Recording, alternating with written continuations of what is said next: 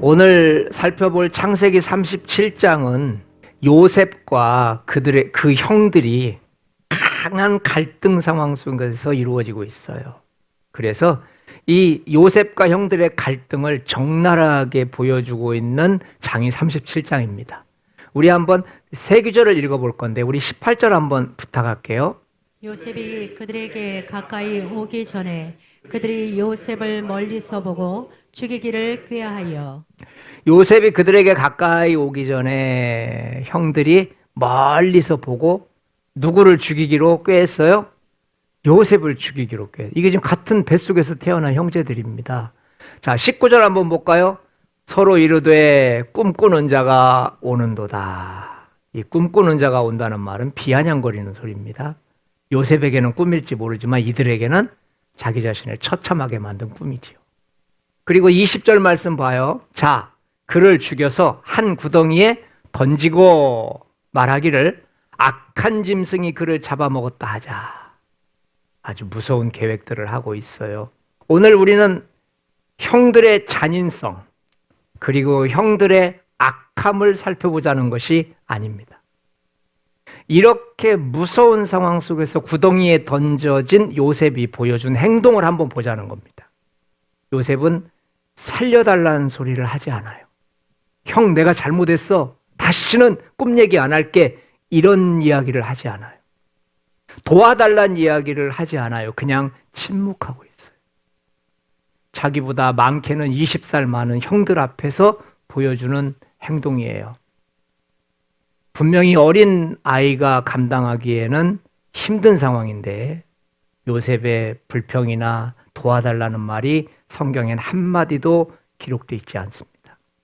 오늘 바로 이 요셉의 침묵에 대해서 이제 우리는 살펴보게 될 것입니다. 요셉과 형들의 갈등 상황은 얼마나 형들이 요셉을 미워하고 있었는가를 보면 알 수 있어요. 우리 2절 말씀 한번 보겠습니다. 아버지에게 형들의 잘못을 그대로 고합니다. 야곱의 족보는 이러하니라 그러면서 비라와 실바의 아들들과 더불어 함께 있었더니 그가 그들의 잘못을 아버지에게 말하더라. 그러니까 형들이 보기에 요셉은 고자질쟁인 거예요. 고자질쟁이. 그냥 조금만 잘못하면 바로 아버지한테 고자질하는 그런 아주 못된 녀석이지요. 가만두면 안 되는 녀석인 거예요. 그리고 우리 3절 말씀에 보니까요. 요셉은 노년에 얻은 아들이므로 그를 더 사랑함으로 그를 위해서 무엇을 입혔다고요? 채색 옷을 입혔어요. 남들보다 더 사랑받는 것도 불편한데 채색 옷을 입혔어요. 채색 옷은 여러분 지도자에게 입혀주는 옷이에요. 그래서 왕들이 입는 게 채색 옷이라고요. 그런데 이 꼬맹이 녀석이 우리 10명의 지도자라고? 말이 안 되죠. 5절에 보니까 요셉이 꿈을 꾸고 자기 형들에게 말하니 그들이 그를 더욱 미워했다. 미워할 짓만 하는 거예요.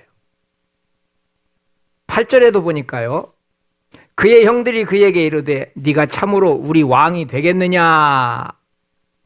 그의 꿈과 그의 말로 말미암아 그를 더욱 미워하더니. 뭐 이뻐할 틈이 없습니다. 11절은 우리 한번 같이 읽어볼까요? 그의 형들은 시기하되 그의 아버지는 그 말을 간직해 두었더라. 이 일로 인해서 요셉은 이제 죽음의 위기에 처하게 됩니다. 자, 그런데 형들을 이제 요셉이 찾아가고 있어요. 그런데 우리가 여기서 이제 살펴볼 것은요. 형들이 있는 그 장소가 원래는 세겜이었는데 도단이라는 장소로 이렇게 옮깁니다. 그런데 이제 여기서 우리가 꼭 질문해 봐야 될 게 있어요. 많은 분들이 이 부분을 놓쳐요. 왜 형들은 매년마다 동일한 장소에서 동일한 방법으로 아버지의 양을 쳤기 때문에 아버지가 요셉을 불러서 너 형들에게 가서 형들이 잘 있나 보고 와라. 새참도 싸주고 먹을 것도 싸줬겠죠. 그런데 형들하고 아버지하고 약속한 장소는 어디였습니까? 세겜이었단 말이에요. 그래서 헤브론 골짜기에서 세겜까지 쫙 보냅니다. 근데 거기가 3일 길입니다. 75km라고요. 제가 찾아보니까요, 직선 거리로 75km예요. 산 굽이면 뭐 정처 없을 거예요.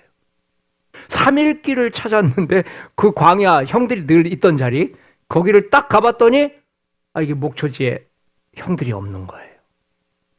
하도 어린 아이가 막 두리번거리니까 주변 사람이 보면서 너 도대체 뭘 그렇게 하루 종일 찾고 있니?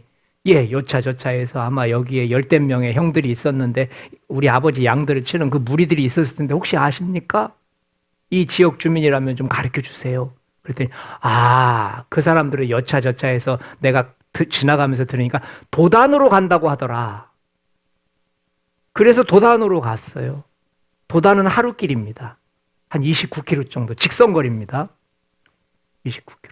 그러면은 최소한 4일에서 5일 동안 형을 찾아 헤매는 거예요. 그런데 이번에는 평상시와 다르게 아버지와 약속 장소를 어기고 장소를 옮겼단 말이에요. 그게 왜 옮겼느냐는 거죠. 이게 중요한 거예요. 왜냐하면 모든 사건은 여기서부터 심화되기 때문에 그래요. 우리 4절 말씀 한번 같이 읽어봐요.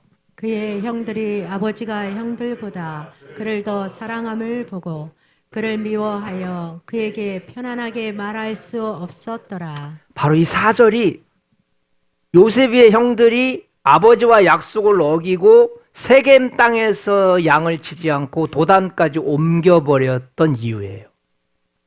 야곱은 무슨 일만 생기면 막 아버지한테 고자질하니까 형들이 속 얘기를 못하는 거예요. 그래서 그에게 편안하게 말할 수 없었더라. 도대체 형들이 숨기고 싶었던 게 뭘까요?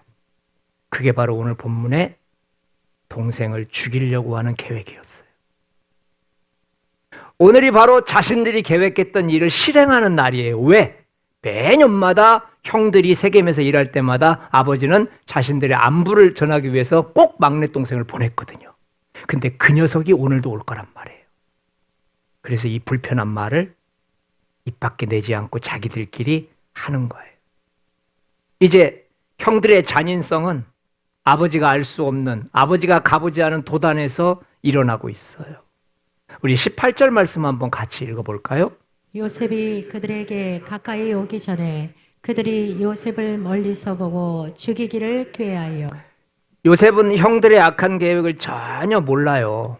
멀리서 오고 있는데 얼마나 기뻤겠어요. 사흘길 나흘길을 찾아왔단 말이에요. 그런데 멀리서 친근한 형들의 얼굴이 보여요. 반가운 마음, 기쁜 마음으로 열심히 걸어가고 있을 요셉을 생각해 보세요. 와, 형이다! 막 뛰어가고 있어요. 근데 형들은 그 뛰어오는 과정 중에 무슨 생각을 해요? 저 녀석 오늘 죽이는 날이야. 오늘 잡는 날이야. 요셉은 기쁜 마음으로 천천히 걸어오고 있지만 형들의 표정은 보이진 않아요. 자, 19절 한번 봐요. 서로 이르되 꿈꾸는 자가 오는도다. 요셉과는 전혀 다른 부류의 사람인 것이 바로 이 단어에서 나와요. 요셉에게 있어서 꿈은 하나님을 알리고 자신의 비전을 성취하는 꿈이었지만 이 형들에게 비춰진 꿈은 하나님과 더 멀어지고 하나님 곁을 떠나게 만드는 요인이 되어버렸어요. 자, 그를 죽여 한 구덩이에 던지고 악한 짐승이 그를 잡아먹었다고 말하자.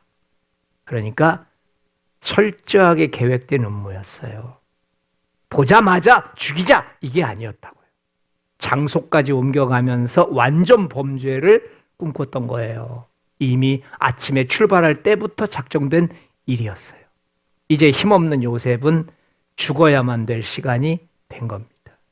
이런 질문도 가능해요. 아니, 하나님은 도대체 뭐 하시는 거야?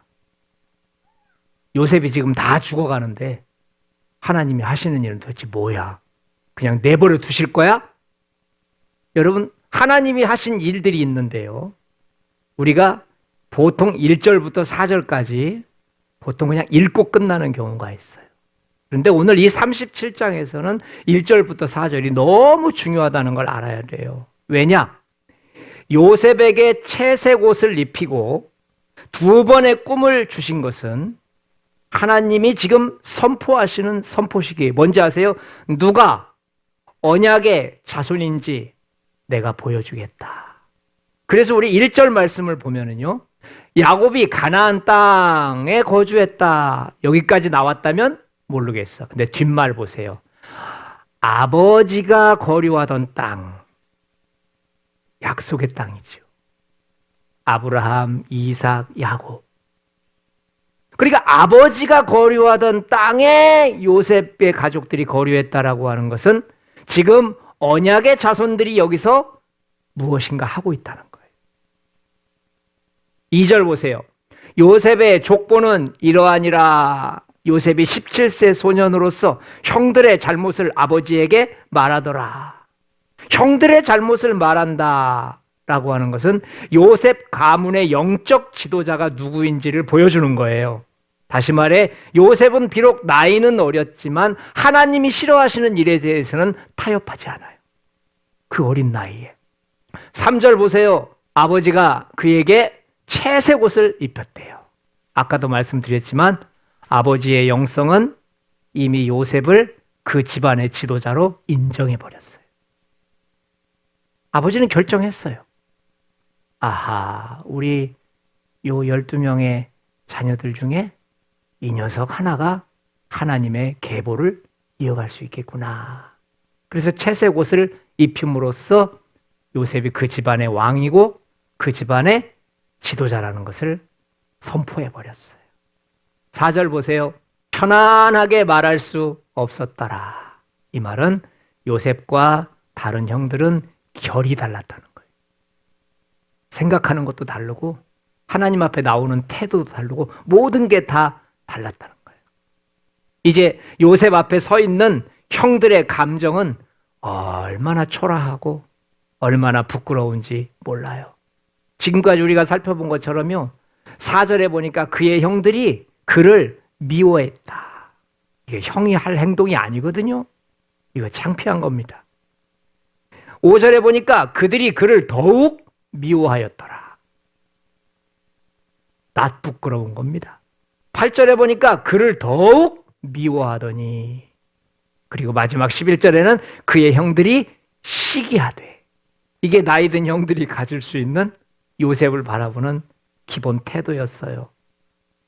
형들이 요셉을 죽이려고 했던 이유는 요셉이 사랑을 많이 받아서만은 아니에요. 요셉에게 채색 옷을 입혀준 것은 요셉이 이 가문의 지도자고 왕이 되었다는 것을 의미한다고 했잖아요. 그런데 아버지 보기에 요셉만큼 영적이고 잘 준비된 자녀들이 없었다는 거예요. 그런데 아들들은 생각하는 거예요. 우리 아버지는 나이가 들어서 요셉을 채색 옷을 입힌 것이 실수였다고 생각한 거예요. 눈이 어두우니까, 잘 안 보이니까, 판단력이 흐리니까 우리 아버지는 틀림없이 채색 옷을 루벤이나 유다에게 입혀야 되는데 이 막내 녀석한테 입힌 거예요. 그런데 두 번이나 연속해서 꿈을 꾼 것은 아버지가 인정한 것이 아니라 하나님께서도 인정해 버리셨다는 의미거든요. 그래서 형들은 그들을 미워했고 11절에서 어땠다고요? 시기했대요. 꿈을 꾼 것이 부러워서 시기했을까요? 채색 옷을 입은 것도 모자라서 꿈까지 꿔서 시기했을까요? 아닙니다. 그들이 꿈을 꾼 요셉을 시기하는 이유는 두 가지예요. 요셉의 꿈은 채색 옷을 입혀준 사건이 영적으로 합당한 사건이 돼버렸기 때문이에요. 아버지가 채색 옷을 입혀준 것이 나이 들어서 판단력이 흐려졌다라고 생각했던 그들이었는데 요셉을 사랑했던 것은 아버지만 그런 것이 아니고 하나님도 사랑한다는 거예요. 이게 그들에게는 참을 수 없는 모욕거리인 거예요. 아버지의 판단이 잘못됐다고 생각했거든요. 그래서 미워할 시간이 있었던 거예요.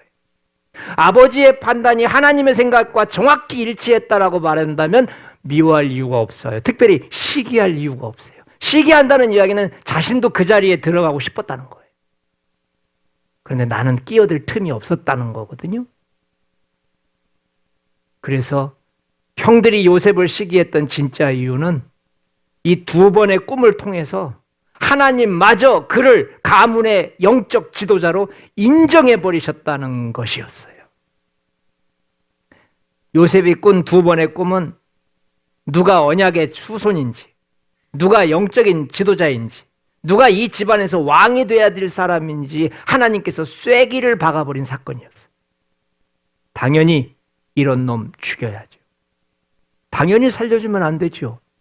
내가 들어가야 될 자리에 저놈이 들어가 있는데, 그것도 꼬맹이 녀석이. 죽여야죠. 하나님께서는 요셉에게 채색 옷을 입혀줌으로써 요셉은 아버지가 인정한 사람이다. 그리고 하나님께서는 요셉에게 꿈을 주심으로써 요셉은 하나님께서도 인정한 사람이다 라는 것을 그 집안에서 드러내버리신 거예요. 죽이고 싶지요. 나도 영적인 욕심이 있는데. 자, 이번에는요, 요셉이 형들을 찾아가는 그 길목을 한번 가보려고 그래요. 헤브론 골짜기에서 14절에 보면은 헤브론 골짜기에서 형들에게 보냅니다, 아버지가. 그래서 세겜까지 가게 만들어요. 그리고 세겜에 갔더니 없어서 도단까지 다시 가게 만들어요. 근데 여러분, 이 세 곳이 무엇을 의미하느냐? 요셉이 하나님 앞에 기도하는 시간이었어요. 헤브론 골짜기에서 출발할 때 요셉은 하나님, 형들과 좋은 관계가 되게 해주세요. 형들이 나를 좀 미워하지 않게 해주세요. 가족끼리 평화가 깨지는 것이 옳지 않아요.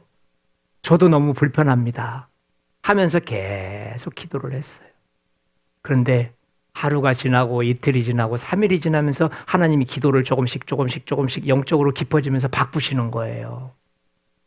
그래서 그가 세겜에 이르렀을 때는 며칠 전에 꾸었던 꿈에 대한 기도로 하나님이 인도하셨어요. 제3자는 모르겠지만 직접 받은 사람은 그 꿈이 개꿈인지 영적인 꿈인지 본인은 압니다. 이 꿈이 잠깐 있다가 사라질 꿈이라면 본인이 압니다. 그런데 이 꿈은 너무 생생해요. 하나님께서 주신 꿈이 분명해요. 그래서 꿈속에 계속 들어가면서 기도하는 거예요. 왜 이 꿈을 주셨을까? 도대체 이 꿈속에 무슨 의미가 있는 걸까? 그리고 이 꿈은 도대체 언제나 현실로 되는 걸까? 3일 동안 충분히 기도할 기회가 됐어요. 그리고 세겜에 도착했는데 형들이 안 보여요. 이제 도단으로 가야 돼요. 하루길이에요. 종일 29km 걸어가야 돼요. 그런데 하나님이 갑자기 도단으로 향하는 길목에서 예상치 않은 기도로 인도하셨어요. 하나님이 그러시는 거예요. 놀라지 말라. 두려워 말라. 나는 너의 하나님이니까 나만 믿고 와라. 요셉은 지금 전혀 두려워하지 않고 있거든요. 근데 이게 도대체 뭔 소린가? 요셉은 지금 놀랄 일이 전혀 없다고요. 어떤 위기 상황이 아니니까. 그런데도 기도는 계속해서 그렇게 인도하시는 거예요. 그리고 마지막에 평안을 구하는 기도로 인도하시는 거예요.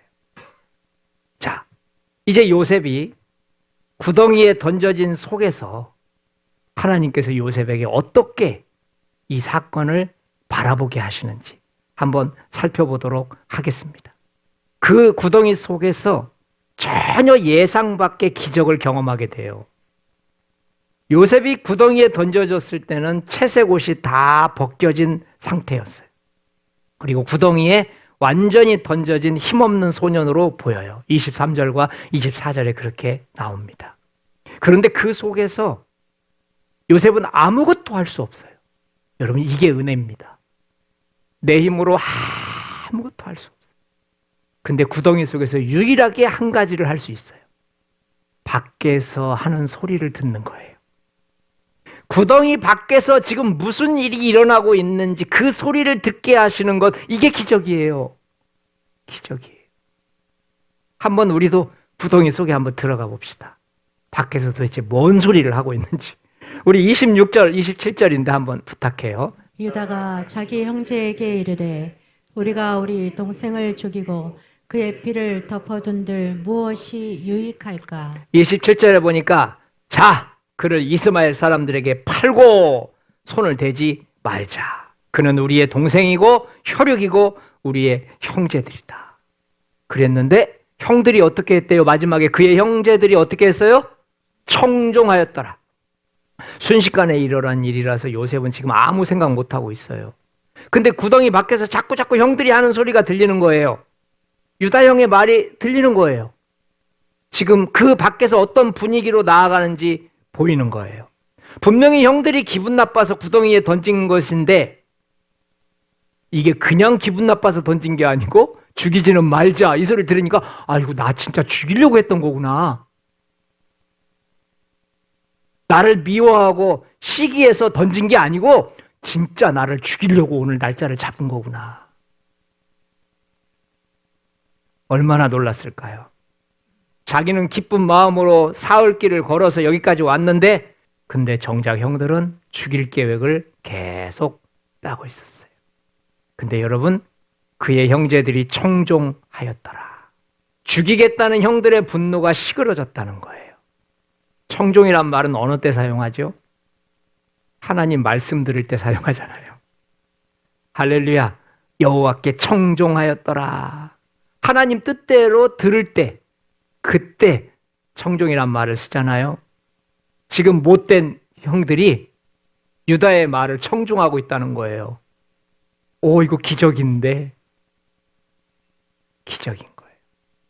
27절에 보면은요. 다시 한번 보겠습니다. 이제 루벤 형이 하는 말이에요. 루벤이 듣고 요셉을 그들의 손에서 구원하려 하여 이르되 우리가 그의 생명은 해치지 말자. 우리가 그의 생명을 어떻게 하지 말자? 해치지 말자. 점점 뭔가가 상황이 호전되고 있는 거예요. 자기는 지금 두 손 두 발 다 묶여서 아무것도 할 수 없는데 이상하게 가만히 있는데 뭔가 분위기가 점점점 좋아지고 있는 것을 알게 되는 거예요. 27절 말씀 한번 같이 읽어볼까요? 자, 그를 이스마엘 사람들에게 팔고 그에게 우리 손을 대지 말자. 그는 우리의 동생이요 우리의 혈육이니 그의 형제들이 청종하였더라. 이스마엘 사람들에게 어떻게 하고 팔고 죽이려고 했던 것이 살아났고 살려고 했는데 이제는 다시 파는 것에서 끝났어요. 자, 요셉은 4일 동안 혼자 걸으면서 하나님께서 기도시키신 이유를 이제 깨닫기 시작하는 거예요. 만일 준비 기도가 없었다면 얼마나 억울했겠어요. 분노한 형들의 모습을 보면서 실망하지 말라고 하신 거예요. 형들이 너를 잡아 죽일 듯이 막 달려들 때 그런 갑작스러운 태도에 대해서 당황하지 말라고 기도를 시키셨던 거예요. 놀라지 말라. 두려워 마라. 내가 늘 너와 함께한다. 지금 이 분노하고 있는 형들의 얼굴을 보면서 4일 동안 기대했던 그 기쁨을 놓치지 말라는 거예요. 형들의 얼굴과 상관없이 내가 늘 너와 함께한다는 것을 기억해라.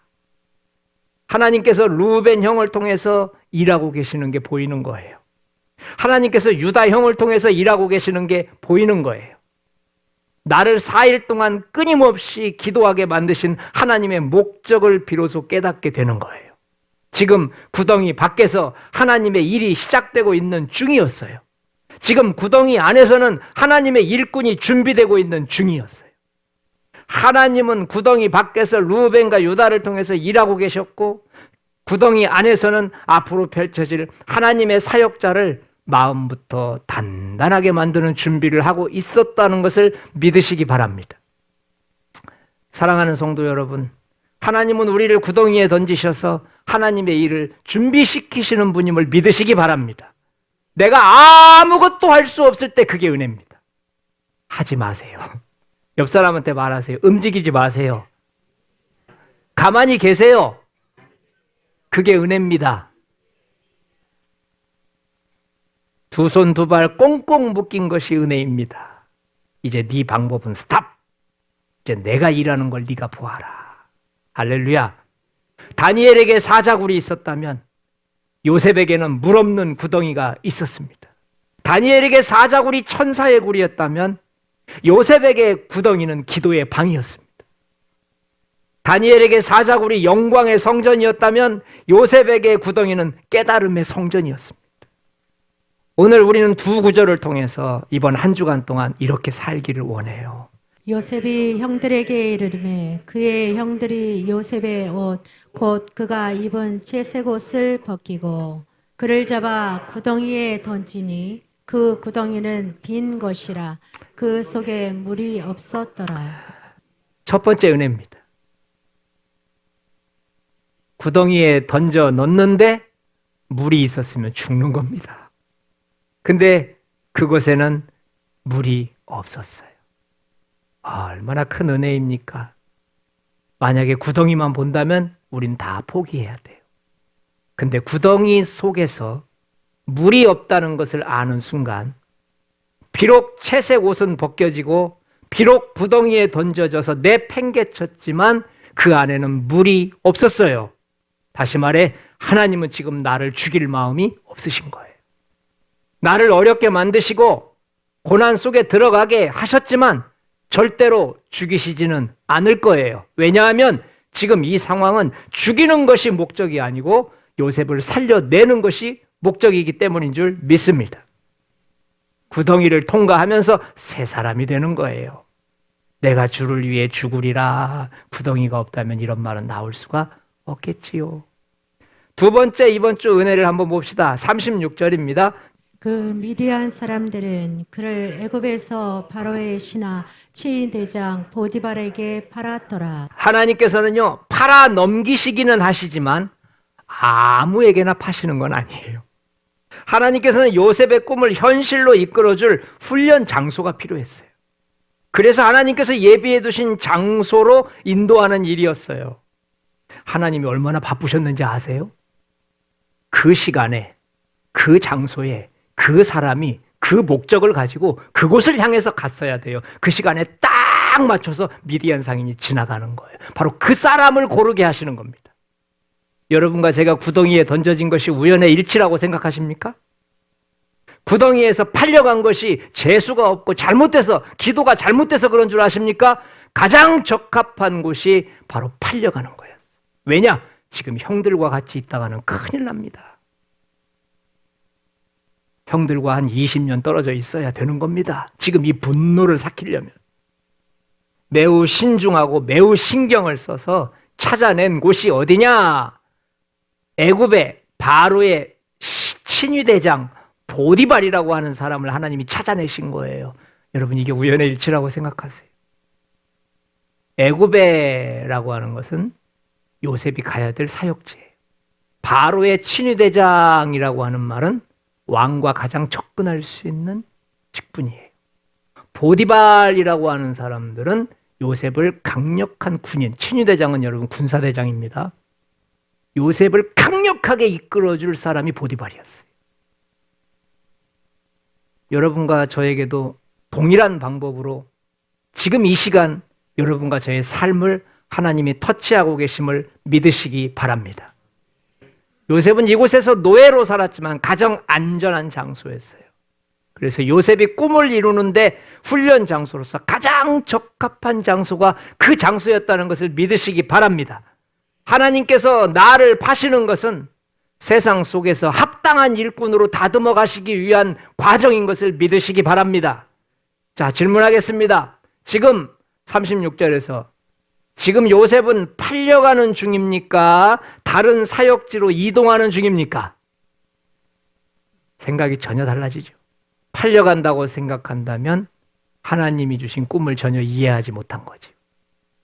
그런데 다른 사역지로 지금 점핑하고 있다라고 느낀다면 하나님의 꿈이 이제 시작되고 있구나라고 해석이 되겠죠. 나를 통한 계획이 이제 펼쳐지고 있구나라고 생각이 되겠죠. 두 번째 질문합니다. 돈 많은 보디발에게 팔린 것입니까? 가장 적합하게 훈련시킬 보디발에게 팔린 것입니까? 그렇죠? 보디발이 돈이 많으니까 요셉을 샀겠지? 아니요. 요셉이라고 하는 어린아이를 단시간 내에 강력한 파워맨으로 만들 수 있는 건 군인밖에 없었어요. 그래서 그 군대의 최고 사령관인 보디발을 딱 잡은 겁니다. 너는 순식간에 10년, 20년 만에 이 아이를 바꿔낼 수 있겠구나. 요셉은 지금 팔려간 것입니까? 보디발에게 맡겨진 것입니까? 대답하시라니까요. 다시 질문합니다. 요셉이 지금 힘이 없어서 팔려가고 있습니까? 보디발에게 안심하게 맡겨진 겁니까? 할렐루야. 여러분과 저에게도 동일하게 적용이 되시기를 바랍니다. 재수 없어서 웅덩이 빠진 거 아닙니다.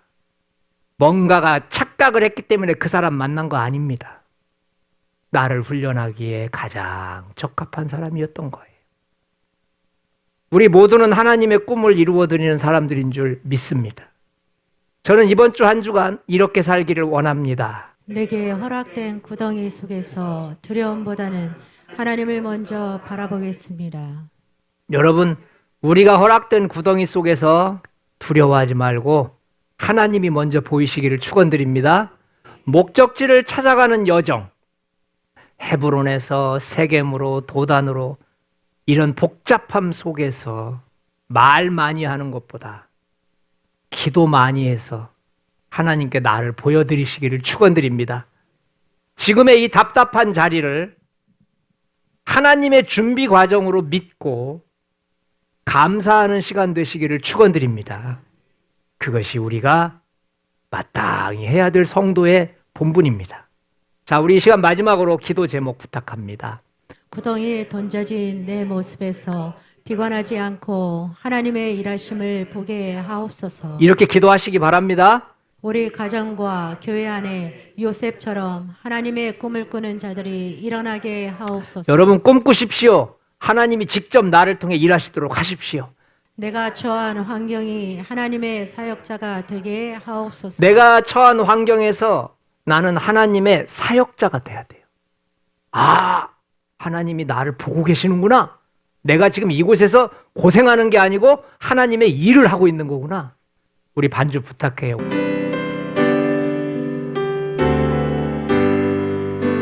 푸른 바다 나서니 몸